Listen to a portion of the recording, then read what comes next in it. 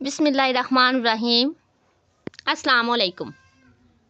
دنیا اور آخرت کے علاوہ ایک اور بھی جہان ہوتا ہے جس کو برزخ کہتے ہیں۔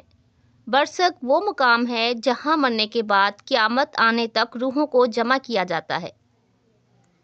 روح جہاں بھی موجود ہو وہ ہر ایک رشتہ دار کو پہچانتی ہے۔ یہ بات کہنا کہ فلاں بندے کی روح فلاں بندے کے اندر داخل ہو جاتی ہے، یہ بات بالکل غلط ہے۔ یہ بات قرآن و حدیث کے بالکل خلاف ہے۔ حدیث پاک میں ہے کہ جب کوئی بندہ مر جاتا ہے تو اس کی روح کو کھلی اجازت مل جاتی ہے کہ وہ جہاں چاہے جا سکتی ہے۔ سعید بن مسیب رضی اللہ تعالیٰ عنہ فرماتے ہیں کہ حضرت سلمان فارسی حضرت عبداللہ بن اسلام سے ملے۔ حضرت سلمان رضی اللہ تعالیٰ عنہ نے فرمایا کہ اگر آپ میرے سے پہلے ہی وصال کر جاتے ہیں تو مجھے بتانا کہ وہاں پر کیا ہوتا ہے۔ کیا زندہ انسان اور مردہ ایک دوسرے سے ملتے ہیں؟ کیا روحیں جنت میں ہوتی ہیں؟ کیا ان کو ہر جگہ جانے کی اجازت ہوتی ہے؟ یہ اپنے گھر والوں کو پہچانتی ہیں۔ جب انسان مر جاتا ہے تو اس کو علم ہوتا ہے کہ میں دنیا سے وصال کر گیا ہوں، اب میں عالم برزخ میں داخل ہو گیا ہوں۔ اسے سب کچھ یاد رہتا ہے کہ وہ بندہ میرا فلاں رشتہ دار ہے، فلاں گھر اور مکان ہمارا ہے، میرا تعلق فلاں نسل سے ہے، یعنی کہ اس کو ہر چیز کے بارے میں علم ہوتا ہے۔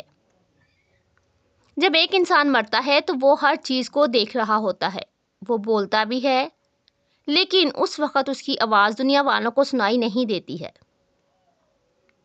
یہاں تک کہ جب اس کو قبر میں اتارا جاتا ہے تو بھی وہ سب کچھ دیکھ رہا ہوتا ہے اور سن رہا ہوتا ہے۔ اس کو پتہ چل رہا ہوتا ہے کہ اب مجھے نہلایا جا رہا ہے، مجھے دفنایا جا رہا ہے۔ جب انسان کی جان نکل جاتی ہے تو اس کو سب کچھ پتہ چل جاتا ہے۔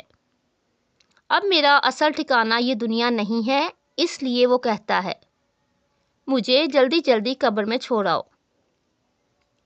مرنے والے کو سب معلوم پڑ جاتا ہے کہ میرے ساتھ آگے کیا ہونے والا ہے، میں جنتی ہوں یا دوزخی ہوں، مجھے قبر میں سکون ملے گا یا مجھے قبر میں عذاب دیا جائے گا۔ مرنے والے کی روح قبض کرتے ہی اس کو سب معلوم پڑ جاتا ہے۔ جو مومن ہوتا ہے وہ کہتا ہے مجھ کو جلدی قبر میں دفن کر دو، اس دنیا سے آخرت اچھی ہے۔ حضرت محمد صلی اللہ علیہ وآلہ وسلم کا فرمان ہے کہ مومن کے لیے یہ دنیا قید خانہ ہے، یہ دنیا کافر کے لیے جنت ہے، مومن کے لیے قید خانہ ہے۔ جو بندہ گناہگار ہوتا ہے، جس نے دنیا میں بہت برے کام کیے ہوتے ہیں، جو دوزخی ہوتا ہے، جب اس کو موت ہوتی ہے، جب اس کو قبر میں دفنانے کے لیے لے کر جا رہے ہوتے ہیں تو وہ چیخ چیخ پر پکار رہا ہوتا ہے کہ مجھے قبر کی طرف کیوں لے کر جا رہے ہیں۔ گناہگار اپنی فیملی کو کہتا ہے کہ میں نے ساری زندگی دن رات تم سب کے لیے رزق کمایا ہے، ہر انسان سے جھوٹ سچ بول کر میں نے تمہارے لیے اتنا مال اکٹھا کیا ہے، اب تم مجھے کہاں لے کر جا رہے ہو؟ مجھے بند کوٹری میں کیوں ڈال رہے ہو؟ تم مجھے کہاں سے جا رہے ہو؟ وہ پریشان ہو رہا ہوتا ہے، اپنی زبان سے بہت کچھ کہہ رہا ہوتا ہے، لیکن اس کی آواز دنیا والوں کو سنائی نہیں دیتی ہے۔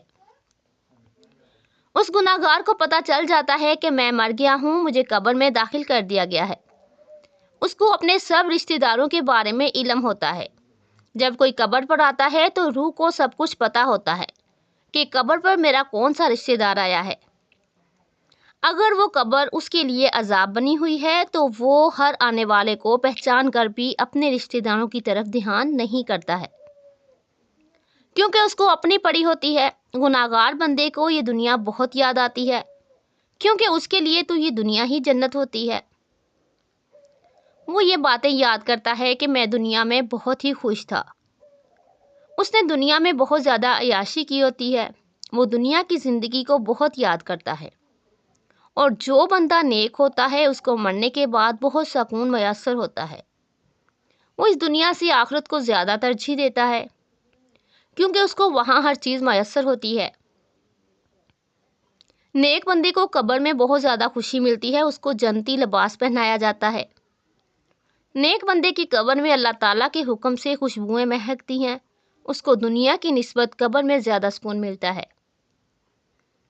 نیک بندے کو پتہ ہوتا ہے کہ اس کا اصل ٹھکانہ جنت ہی ہے، وہ قبر میں بہت زیادہ پرسکون ہوتا ہے۔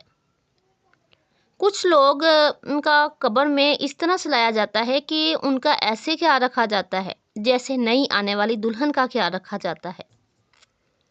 لہٰذا نیک بندے کو قبر میں بہت زیادہ سکون ملتا ہے، اس کو دنیا کی کوئی پرواہ نہیں ہوتی ہے۔ گناہگار بندے کو دنیا بہت زیادہ یاد آتی ہے، وہ قبر کی سختیاں جھیل جھیل کر تنگ آ جاتا ہے۔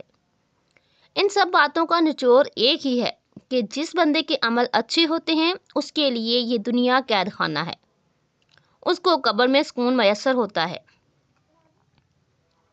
جس بندے کے عمل نیک نہیں ہوتے اس کو یہ دنیا اچھی لگتی ہے، قبر میں اس کو سختیاں جھیلنی پڑتی ہیں، اس لیے اس کو قبر سے دنیا اچھی لگتی ہے۔ اللہ تعالیٰ نے قرآن پاک میں ارشاد فرمایا ہے، تم اپنے رب سے گر گرا کر اور آہستہ دونوں طریقوں سے دعا کیا کرو، بے شک وہ حد سے بڑھنے والے کو پسند نہیں فرماتا۔